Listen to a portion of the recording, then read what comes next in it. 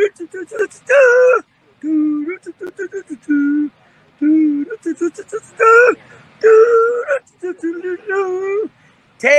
off! It's time for Doug and Ben's Great NASCAR Adventure!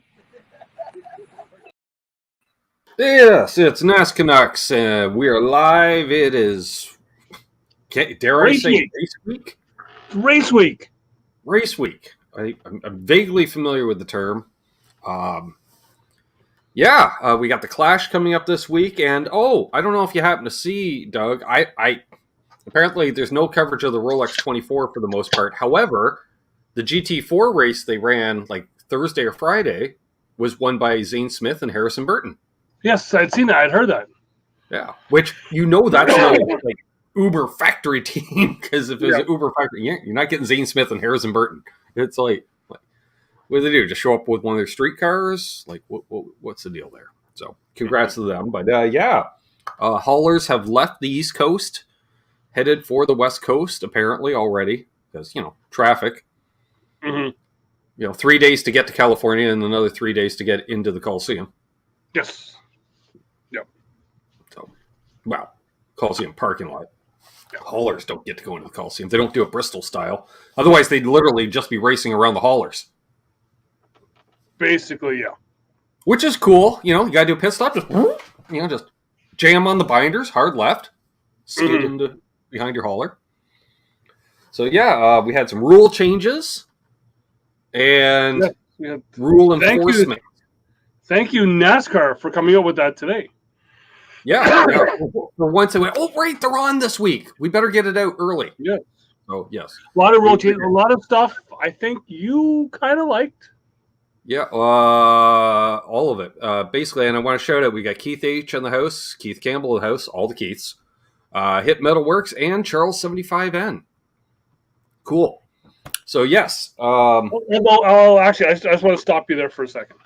I know we said we're going to touch on this just a bit. I think we should probably start off with this here. 1 year ago today. Yesterday. Yesterday. We're doing that. 1 year ago on this date, except it wasn't, but it was close. We did the show on the Tuesday night, the Tuesday past that. So reason why the 24 is up here. Yep. And you know what?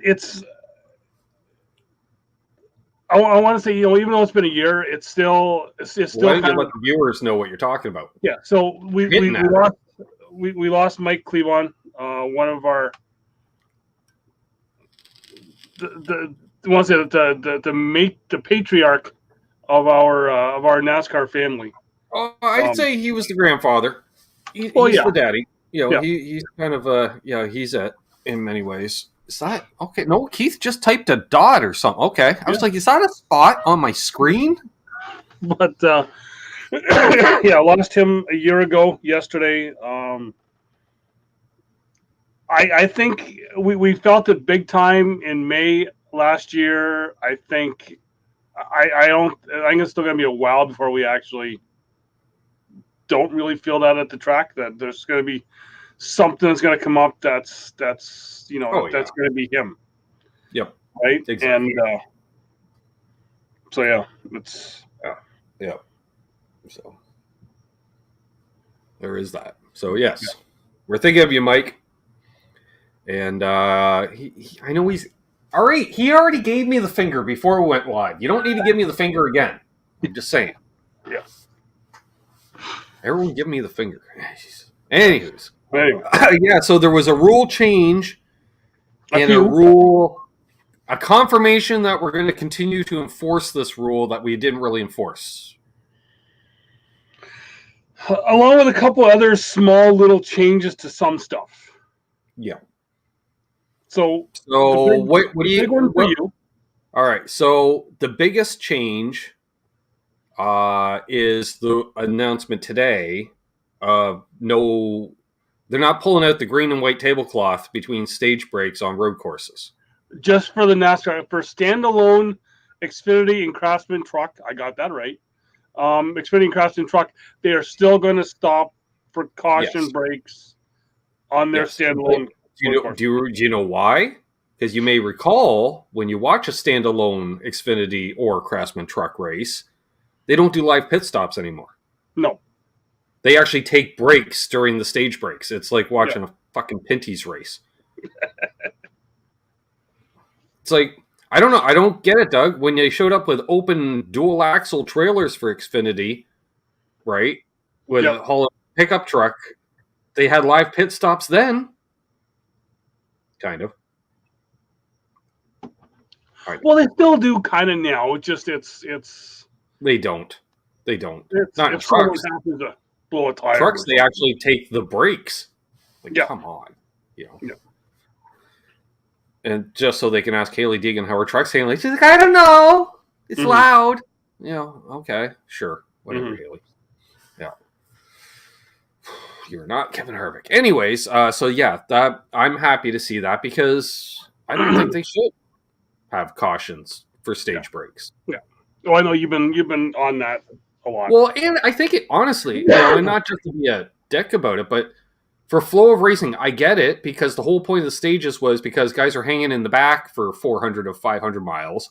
And so that was to, you know, to figure that, let's get that more competitive throughout the whole race. Fine. You've done it.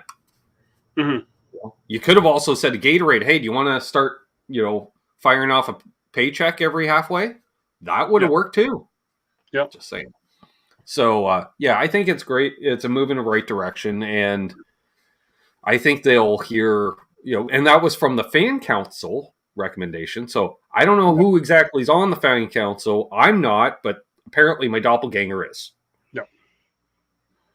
That's other thing is the Hail Melon. John, which we said that when it happened was that, well, that was a one-off. Yeah, I knew it when I saw it. That was a one-off because and again, that's not a new rule that they're creating. They're just merely enforcing. Meanwhile, Trackhouse is announcing it. They're like, in the same vein as Junior Johnson, rules are created because of our... No. Your driver did a boneheaded move, and they said you could have killed somebody, so we're going to deal with that. Is that they didn't say anything about that right then because they were all just kind of unsure of what actually just happened? Symmetry.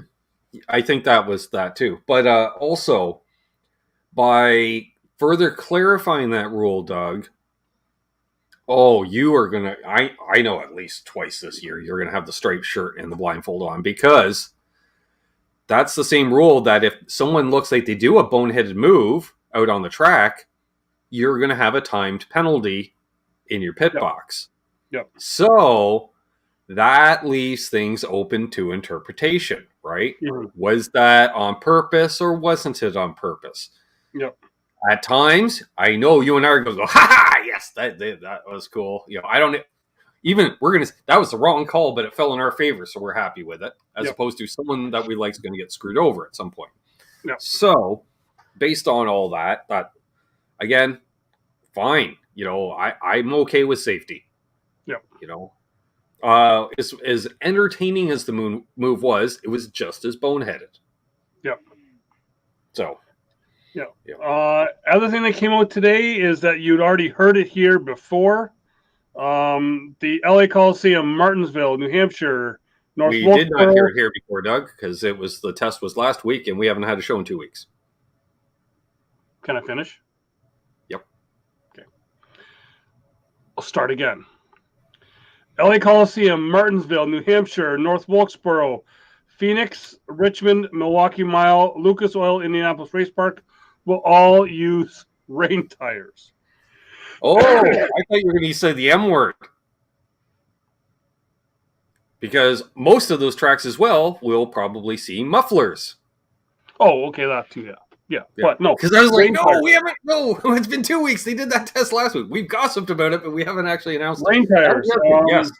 Yeah, which is the Chicago Street Course, the Coliseum, and Martinsville and Bristol are going to have mufflers, or at least in theory. They've tested it. I assume it's gone through. I haven't seen confirmation, but it makes absolute sense. Doug and I have talked about anybody that's sat on a grandstand that has any kind of an overhang. Yeah. Especially, It's like you're in an underground parking garage. We really felt that at Charlotte the one year. We had tickets up in the grandstand for the Xfinity race, and it rattled the ears pretty good. Yeah, it's like someone firing up a super bike just down the parking garage, about 10 spots, wah, wah, and it just reverberates. And it was, and someone who will say has moderate hearing loss, and others will say have a lot of hearing loss. I like this idea, but as some of the people said, I've seen on Facebook, they're just making NASCAR weaker because they need to go back with stock. Yeah, because the last time you could buy a car with open exhaust was. And if that's the case, are we going to rip out the V8s and the rear-wheel drives and make them front-wheel drives with 4-bangers and V6s? No. Just saying. It's like we should just go back to road courses because that's not how NASCAR started. But although we know NASCAR started with moonshine guys, apparently they only ran on circle roads. Well, no, they did run on public roads, but apparently they only turned left. Yeah. All roads were circle. Yeah. The other thing for the rain gear, windshield wipers will not be required for the LA Coliseum, but will be required for every other race after that. Well, that's because it already rained this month. Exactly. Rules for the playoff eligibility. We've seen Phoenix get rained out. Then again, we've seen Phoenix get rained out. Yep. So, eligibility for the NASCAR playoff. Get to that, Keith. Again, yep. Keith. Spoilers, Keith. Just relax. We'll get to it. Rules for playoff eligibility have changed. You no longer have to be in the top 30 or top 20. Now you just have to win a race and attempt every start. So as long as you're medically cleared, probably that'll probably be as long as you're medically cleared. Very small. Because fun fact, Kurt Busch is still not cleared to race. Yep. And then that allows Michael McDowell to win a race and then not have to worry about keeping up with the field. There is that. Also, a whole bunch of other stuff that has been changed. I don't know. You want to go through that there as well too? The choose rule. Well, go ahead. I'm push the thought right out of my head. Just knocked it right out. There it went. Give her. Go ahead. Not now. Okay. You had it. It's not cleared to race. No. All right. I'll come back to that. Okay. Choose roll will be used for all the super speedway and dirt track events for this year. Cool. So basically all events except for road courses, I believe. No, wait. I think they can choose on road courses. No, they don't. I'm not sure. Do they? No. I don't think so. No. Restart zone. Speaking, I think there's a yellow flag out on 401. Everybody, the spotter's going, back her down. The restart zone. This is interesting. Yep. For the first 5 races this year, will be 50% bigger. I prefer to see 50% small. Oh, no, actually, you know what? I like bigger. Because the smaller, you can hedge your bets, right? Because it's only a small window. But with the longer, see, I like that. Yep. Because every once in a while, you get those guys that'll just hang until they get right to the end. And then you, although you do run the risk, like Danny Hamlin, they're like, you didn't start in time. Yep. And he's like, well, you told me I started too early the last time I was leading a race on a restart. Yeah, so they will reassess after Atlanta to see if they're going to keep it. I like that idea, announcing that up front, Doug, because that's kind of like, like when the NHL does something a little weird, they'll do it in the All-Star race, but the All-Star race is a one-off. You can't do certain things. So I like that. Just screw it. We're going to do it the first 5 races of the year, like it or lump it. Damaged vehicle policy, 7 minutes on the clock. I like that. Before it was originally 3 and then it was 6. I forget now. And I'm guessing if they only moved from 6 to 7, they're basically saying there's a lot of guys that were close, but not quite. Yeah. And as would that be Chase Elliott, by the way? We'll get to that. So, as was the case last year, no specialized repair tools are allowed. Toe links are allowed to be replaced on pit road during the allotted time. Why not? You're already there. You got the wheel off. Like, Yep. You know, that makes sense. I'm fine with that. Competition officials also updated its event procedure with the vehicles encroaching on other pit stalls. So I'm guessing now that the vehicles encroaching on other pit stalls when coming in for service may result in a penalty. Stalls will be highlighted with new orange markings on pit road to assist officials in making those calls. So I'm wondering, are they tossing out the 3 pit stall? Because that's what it sounds like. And just we'll now make a call if you're going to get close to another team. Yeah. So, Bo, that sounds like we're getting rid of the 3 stall rule, possibly, and we're creating an invisible buffer around the pit stalls.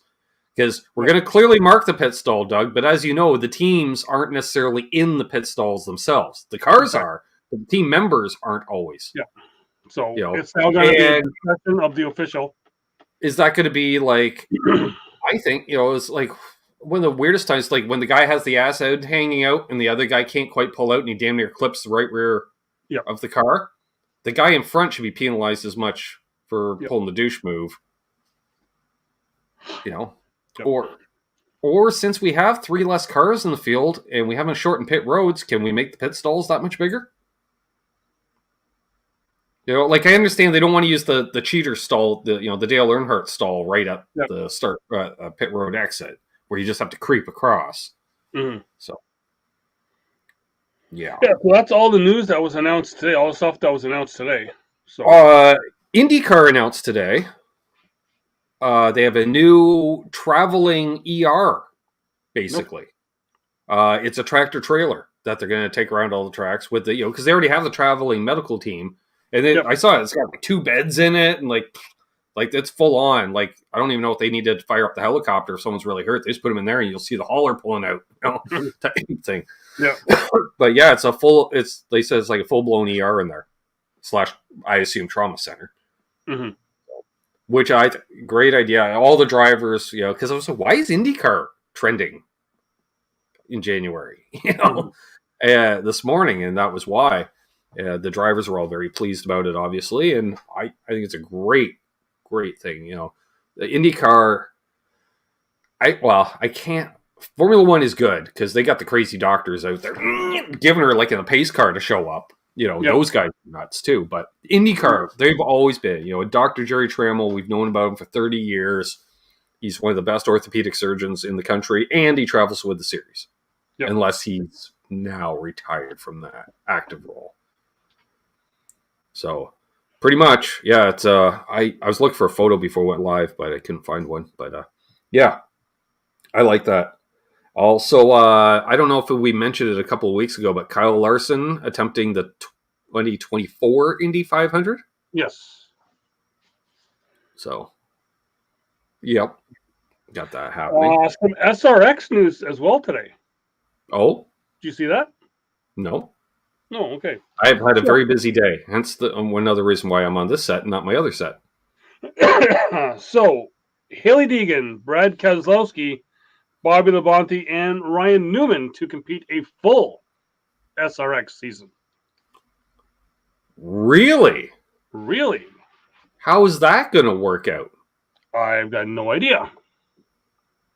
I would really want to transpose one series schedule over the other to see how close they are running, Mm-hmm.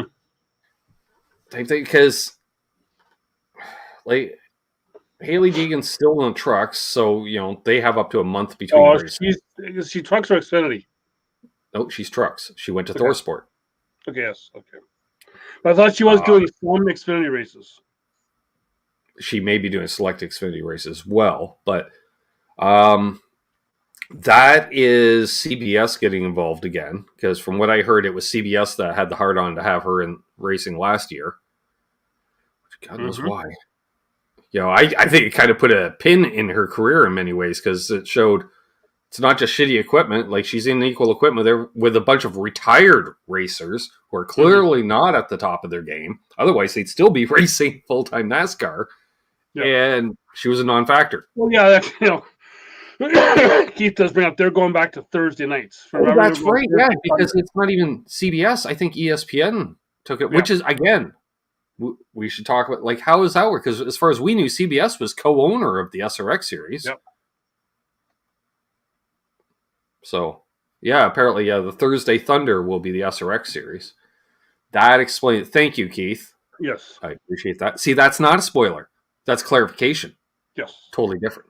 I'm pointing at the chat. That's why I'm pointing there. That's interesting. Yep. Well, Bobby Labonte was basically full-time last year, though. Yeah. He only missed one race due to a modified race. Yeah. I think. Because he was in the hunt for the title. He's now committed to running all of the races. I've seen Clint Boyer will be running a few as well. Nice. Because they're basically, by the time that series fires up, Fox is already done for the year. Yep. Other racing as well as Jimmy Johnson to run Le Mans. Well, he's been asked by Rick Hendrick to run Le Mans this year as part of the Project 51. Yes. Speaking of which, Project 51, based on that tow being kept, rumor has it that Hendrick Motorsports is looking to expand into IMSA racing, which I'm like, that's not much of a stretch these days based on the current Cup car, especially if they run GT as opposed to prototype, although they might run prototype. Part of the Cadillac program, I would assume. But also Hendrick Motorsports entering IndyCar competition, Doug. Mm-hmm. Which, as much as we slag on the Big H company, I love the idea of them getting into IndyCar because, again, established organization, IndyCar they can always use fresh blood, and why not? Ganassi and Penske were basically, Rick Ware Racing as well does it. So, and I'd like to see that happen, as much as anything else. And that could allow also all the Hendrick drivers doing the double, Yep. Or at least attempt to. Like 4 extra cars showing up for Indy qualifying? Yes, please. Mm. Speaking of IndyCar, the McLaren IndyCar side of things hired an additional 40 employees, 39 or 40 employees over the last little while, which, harken back to the days where Gibbs had 300 plus employees and Hendrick had 500 plus. IndyCar teams don't. They don't. You might have 40 people on an entire team. Possibly even a 2-car team could have 40 people. Yep. Is what I'm saying. I think they are expanding to another car this year, but it still doesn't warrant that many people type thing. So keep an eye on that. There could be something else going on there. Like they might be really expanding even more. I don't know how that works is in their conjunction with the Formula One side. That's what's looking at. Mm-hmm. And then as you mentioned them, Rick Ware Racing. Yes. Roddy Herbst will attempt the Daytona 500 for them in one of their cars. Godspeed, Riley. You're going to get taken out because you always do. And Sunny D will be sponsoring Kevin Harvick for a few races this year. Sure. Why not? I always like Sunny D cars. They're bright. They're easy to spot on the track. Usually Dayglow orange. Well, and it's usually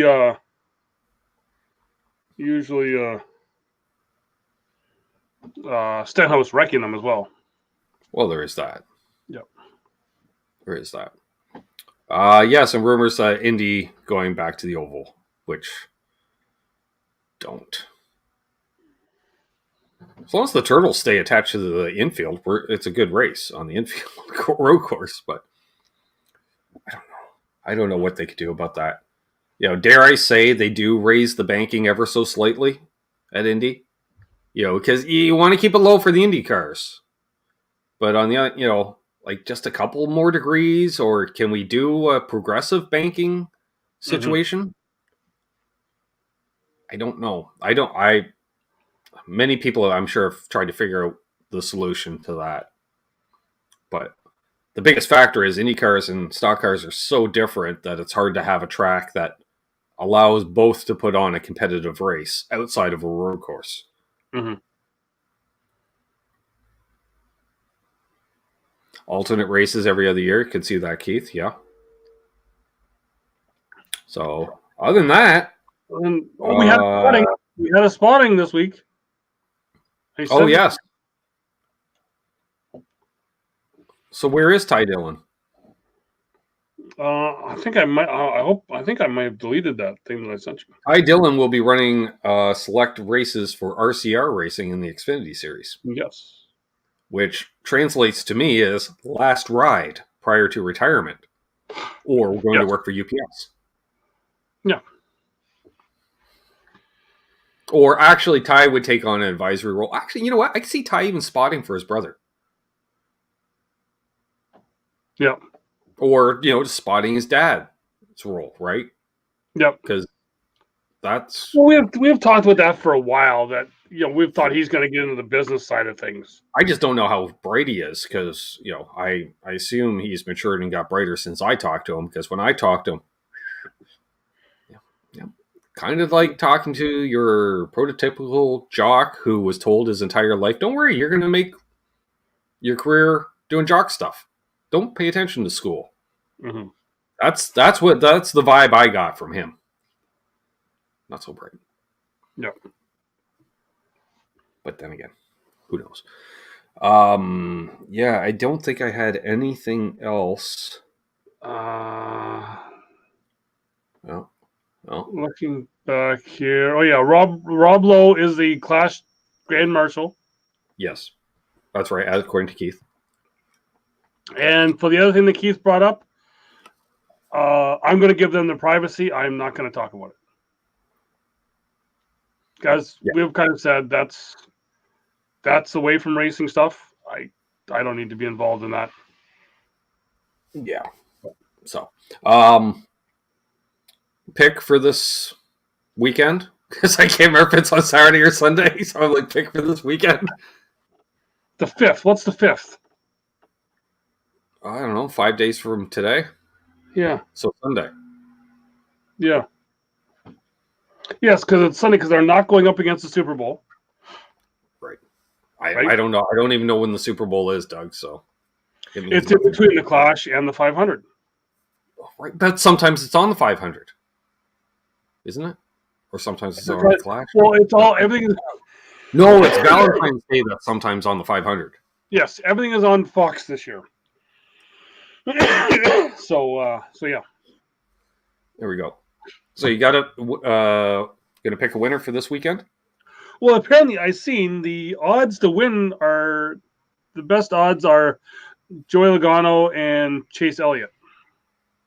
Okay. Well, didn't Logano win it last year? Yes, he did. Okay. So I let's think of that. So see, this is the problem with the off-season testing. I don't know who's even competitive. Well, yeah, we don't know. We don't know really what people are going to bring. I assume I'm going to assume there's going to be a little more lack of depth of field. We'll call it. A little shallowing of the field this year. I'd like to see maybe. Well, as much as I liked it, it was kind of becoming a spec series. I like different winners. Don't get me wrong, but I don't like pack racing either. No. I was thinking Blaney. Chastain can't do his move, thankfully. Yeah. Wouldn't work at that track. Anyways, the corners come to a point at the end. Actually, it's shaped like a football. Let's. Keith brings up Blaney. So I heard some talk on SiriusXM this week. Where do you put Ryan Blaney at Penske? In the pecking order, 1, 2, or 3. If you look at wins last year, he was number 3 because Joey won the championship. Austin got the 500 win. Blaney had no wins, but where would you actually put him in that pecking order at Penske? Well, Because mhm. he had just as many top 20s and top 10s as Logano did. Yes, he did. Cindric was nowhere near that. It depends, Doug.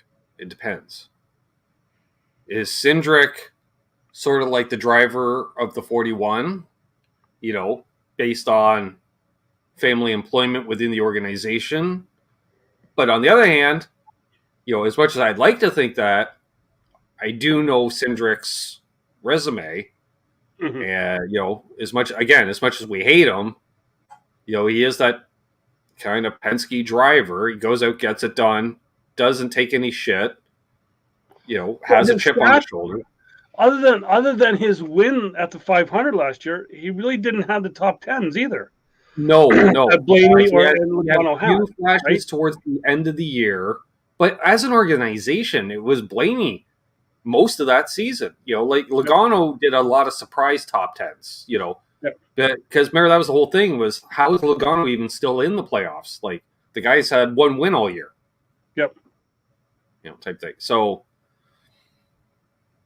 yeah. I think it's almost like you got 1 and then 2A, 2B. As I think Cindric and Blaney are basic. As much as you want to say all three drivers say, no, Joey has earned the right to be the number 1 driver on that team. Like, come on, he's what? 2-time champ. He's, as much as I hate to say, he's good for the sport. Like, whatever. He is. He's Joey Logano, and I'm thinking. I'm kind of agreeing with Keith there. I think Blaney is a solid 2 there.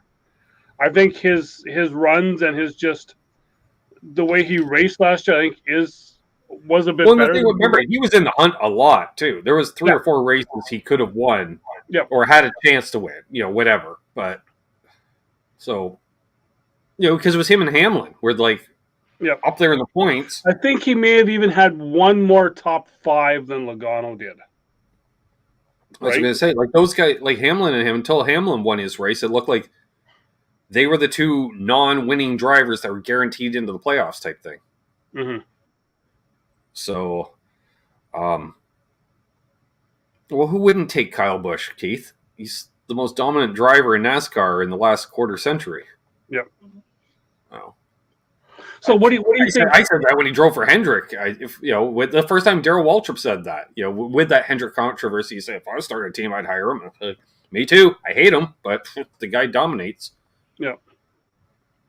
And that was showing when he was driving before he owned his own truck team, when he was driving for, was it Billy Ballou with the 51 and going out and dominating. And Billy Ballou's trucks weren't dominating otherwise. Yeah.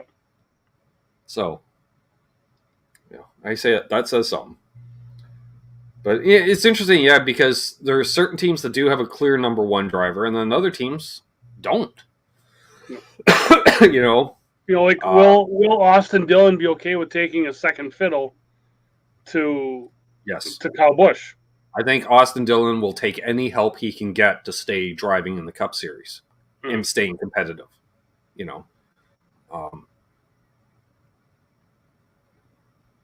Because Kyle Busch is, he's the number 1 there. Yeah, and with now we look over at Gibbs. Is Denny Hamlin the number 1 at Gibbs? Like, clear number 1, even though Martin's got the title and Denny doesn't. But it seems like Denny's more competitive week in, week out. Over the years, because Martin somehow, you're like, how is he? Because he'll just all of a sudden snap off a few wins, but then you forget. Oh yeah, he won 3 in a row 2 months ago, and stuff like that. He's streaky, but in a good way. Yeah. And I think being a fan of his since 2006 when he came in the series, I went so long just waiting for that win. Then he got the win. And then I was like, okay, when's win number 2 going to come? And then he had the couple with the 78 car at the start, and then then him and Cole really got going. And then I was like, okay, I'm used to Truex being in the hunt every week, and then all of a sudden we slam on the brakes last year, and you're like, okay, we're back to this again.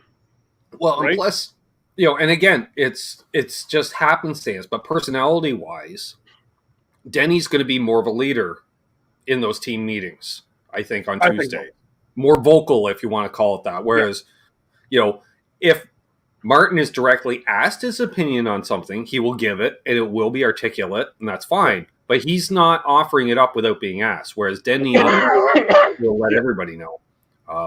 I don't agree with you on that one, Keith. I don't think so. I think Denny's going to stay with the 11 until he retires because he wants to be one of those guys, few and far between, that does the whole deal in one car. Plus, much like Earnhardt that was his plan. Stay driving for Richard, but have his own deal. Yeah. Because I think that it's a different kind of pressure when you're the owner driver too. That's a whole different. He can still compartmentalize it to a certain extent right now. Yeah. Whereas you never get to take, your owner's hat's always on as well as your driver's helmet when you're both. So, and plus that way he keeps in. The only way is if his team becomes a non-Toyota team, like Ford or Chevy says, here's a truckload of money, then see it. But I get, because Gibbs is the factory Toyota team, largely. Assuming, actually, I don't even know. Does Gibbs even do their own engines anymore? I don't think they do. It's just TRD does them all. Yeah, I think TRD does them all. And that's another thing I heard today is that Toyota looking at having they're wanting another team in the Cup Series that's an established team. No kidding. Because we noticed last year, it's like watching Ford in Xfinity. Hello, where are they? Well, I think they're even looking for an established team in the Xfinity Series to bring up. Yep. And the name I heard today probably didn't make a lot of people happy. Oh, that'd be Junior Motorsports? That's the name I was hearing today. Well, see, because again, you say bag full of money. Here's your charter money, Dale. Go buy a charter. Because that's Dale's biggest thing is he doesn't want to sink $30 million into a charter. Exactly. Well, so I can see that. Well, because beyond that, Colleague already made the jump. Toyota, I bet you they would have loved 2 years ago to talk to Colleague. Oh, for sure.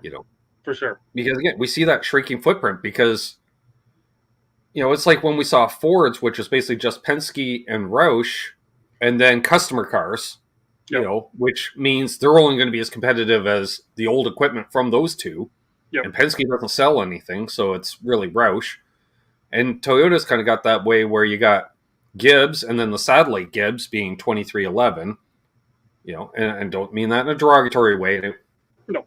Yeah, you share information. Great. Yeah, you have a 6-car team. Perfect. But beyond that, who else drives Toyota? I look at the 23XI team right now, same as the Furniture Row 2-car team.